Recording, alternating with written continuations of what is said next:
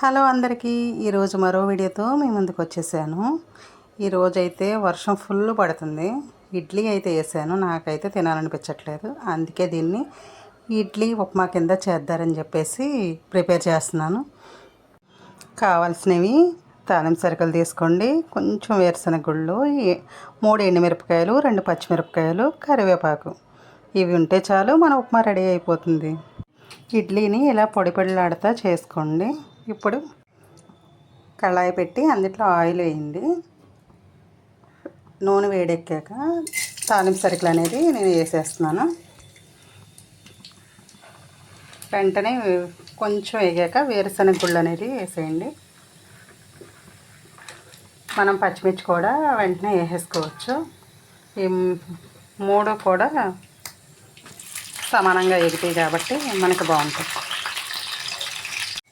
ఇంతవరకు వేగాక ఎండుమిరపకాయలు, కరివేపాకు కూడా యాడ్ చేసేసుకోండి. అంతే, మన ఉప్మాకు కావాల్సినవన్నీ రెడీ అయిపోయినట్టు. చూసారా, అన్నీ వేసి చూడు, నన్ను వేసి చూడు అంటుంది కరివేపాకు. ఎంత చిటపటలాడుతుందో చూడండి.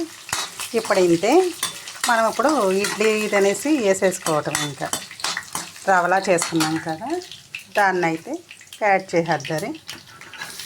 ఇడ్లీ ఉప్మా అందరూ చేస్తారు, కానీ ఇదైతే బాగా ఏగనివ్వాలి, లేదంటే ఇడ్లీలో ఉన్న స్మెల్ ఉప్మాకు వచ్చేస్తుంది. అందువల్ల బాగా అంటే బాగా ఏగనివ్వండి. ఇప్పుడు దీంట్లోకి సాల్ట్ కూడా యాడ్ చేసేసుకొని ఇంకా బాగా దగ్గరికి ఏగనివ్వటమే.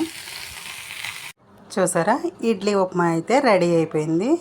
మీరు వేపేటప్పుడు ఒక 10 నిమిషాల పాటు అనేది వేగనివ్వండి, అప్పుడైతే సూపర్ టేస్ట్ వస్తుంది. మీరు కూడా ఇలా చేసుకుని ఎంజాయ్ చేయండి. మన ఛానల్ అయితే సబ్స్క్రైబ్ చేసుకోండి.